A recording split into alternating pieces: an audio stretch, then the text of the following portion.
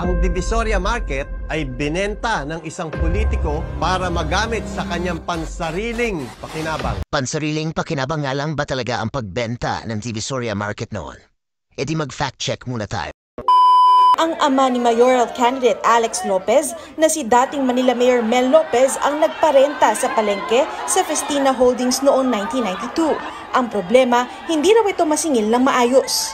Paglilinaw ni Yorme, walang korupsyon dyan. Panahon pa raw ng tatay ni mayoral candidate Alex Lopez na si dating Manila Mayor Mel Lopez nang pasukin ng lease agreement para sa Divisoria Market. Underperforming na raw ito at hindi na nakokolekta ang bayad sa mga renta kaya nalugi.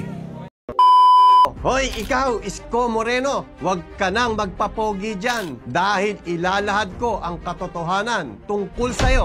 Ilalahad ang katotohanan? Hindi na kailangang ilahad dahil hindi naman sikreto at lingid sa kaalaman ng lahat ang pagbenta ng Divisoria Market noon. Nasa news at YouTube naman yan. Research din pag may time. Imbes na unahin mo ang kalusugan, edukasyon at kabuhayan ng bawat Manilenyo, yan nga mismo ang ilang naging dahilan kaya ibinenta ang Divisoria Market.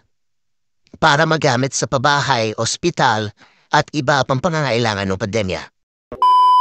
Ginamit ang perang pinagbentahan sa Divisoria para mapondohan ang mga proyekto ng Maynila para makabangon ang ekonomiya mula sa epekto ng pandemya. Because there is a valid contract but disadvantageous the way we look at it. So it is better for the people of Manila na gamitin yung pera na yun para sa pandemya at naitayo rin ng bahay ng mga nasunugan sa Baseco at naitayo rin ng ospital sa Baseco. Last na lang, Yorme, at yung mga vendor nandoon. Hindi raw niya pinagsisisihan ang pagbebenta sa Divisoria Market dahil nagamit naman sa COVID-19 response ang 1.4 billion pesos na kinita rito. lahat na ibinenta mo. Kayo lang ang kumikita. Anong lahat ibinenta na? Ang exaggerated mo naman, mga isa o dalawa lang. At dumaan naman yan sa tamang proseso.